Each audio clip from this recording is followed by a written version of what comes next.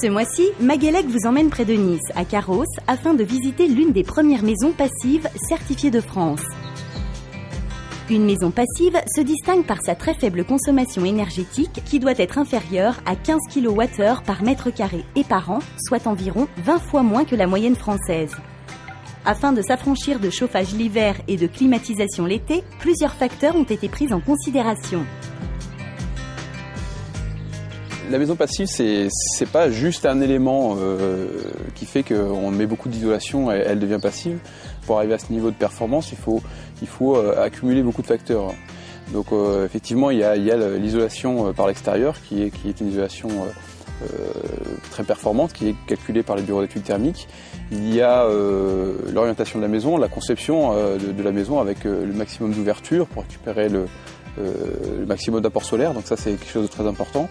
On a une rigueur au niveau de l'étanchéité à l'air qui est que la maison peut être vraiment très très étanche parce qu'elle peut être très très bien isolée, mais si c'est un courant d'air, finalement on perd toutes les calories. Donc ça, c'est très important. Et finalement, pour faire respirer cette maison, on a une VMC double flux qui récupère toutes les calories intérieures, qui les garde et qui les retransmet au flux qui rentre. Donc toujours dans le souci de ne pas perdre d'énergie et consommer le minimum d'apport électrique pour se chauffer et se refroidir. La VMC est couplée à un puits canadien, ce qui permet de préchauffer l'air l'hiver et de le rafraîchir l'été. Afin d'optimiser son fonctionnement, on a fait appel à la domotique.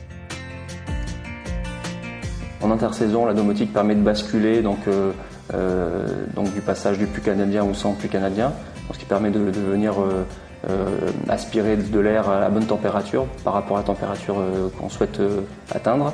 Et ensuite, la domotique permet aussi de mesurer dans chaque pièce température, hygrométrie et taux de CO2. Et à partir de là, on va pouvoir les stocker donc sur la base de données qui va permettre de donner des courbes donc à l'année ou au mois. La VMC assure une température minimale de 19 degrés. Pour arriver aux 22 degrés ambiants, le complément provient majoritairement de l'apport solaire qui est régulé par des stores à lamelles orientables contrôlés par le système domotique. On a un système de sun tracking donc, qui est donné par la station météo qui est sur le toit, qui permet de donner la position GPS de la maison et donc de connaître exactement la position du soleil en fonction de l'heure de la journée et de pouvoir orienter les lamelles pour pouvoir justement favoriser ou repousser les apports du solaire en fonction des saisons. L'énergie solaire est aussi exploitée sur le toit où on a installé 23 mètres carrés de capteurs photovoltaïques pour la production d'électricité ainsi que 6,5 mètres carrés de capteurs thermiques pour l'eau chaude sanitaire. Grâce à la domotique, toutes les consommations énergétiques sont indiquées sur un tableau de bord. Derrière l'apparente simplicité de cette interface communiquent en réalité, via le protocole KNX, des éléments de marques différentes, tels que les modules de gestion des stores et de l'éclairage, les capteurs divers et les compteurs d'énergie. Après 6 mois d'utilisation, les performances énergétiques sont prouvées puisque la consommation mesurée est de moins de 10 kWh par mètre carré et par an. La domotique a cette image gadget qu'on a souvent pour gérer la musique ou pour gérer des éclairages.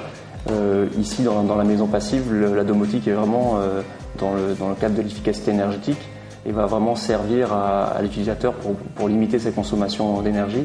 Donc on est vraiment dans le cadre d'une domotique utile.